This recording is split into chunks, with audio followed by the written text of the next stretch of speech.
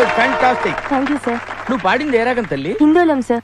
హిందువులం అంటే సారీగమా అలా. నువ్వు ఎలా అన్నావు? సగం మద. మరి ఏది? హిందోళంలో రీ ఉండదు సార్. ఈ పర్టికులర్ సీన్ గురించి చెప్పాలి. నేను జనరల్గా అక్కడ ఎక్కువ ఆర్టిస్టులతో ఇంటరాక్ట్ అవుతూ వాళ్ళతో మాట్లాడుతూ సరదాగా చేస్తుంటాను. ఇది బ్రహ్మానంద్ గారి క్యారెక్టర్ ఎంత వర్కౌట్ అయిందో మీ అందరికీ తెలుసు కదా, కింగ్లో క్యారెక్టర్. ఆ క్యారెక్టర్ ఈ పర్టికులర్ సీన్ చేస్తున్నప్పుడు ఒక అమ్మాయి వచ్చి పాడుతుంది. ఆ పాడిన అమ్మాయి రియల్ సింగర్ అమ్మాయి.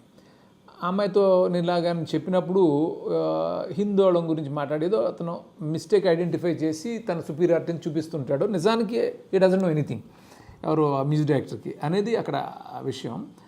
సో అప్పుడు హిందోళం గురించి మాట్లాడుతున్నప్పుడు ఎలా చేయాలి అంటే అమ్మాయి చెప్పింది హిందోళంలో రీ ఉండదు అనే విషయం నాకు ఆ అమ్మాయి ద్వారా తెలిసి నేను అది ఇన్కార్పొరేట్ చేసి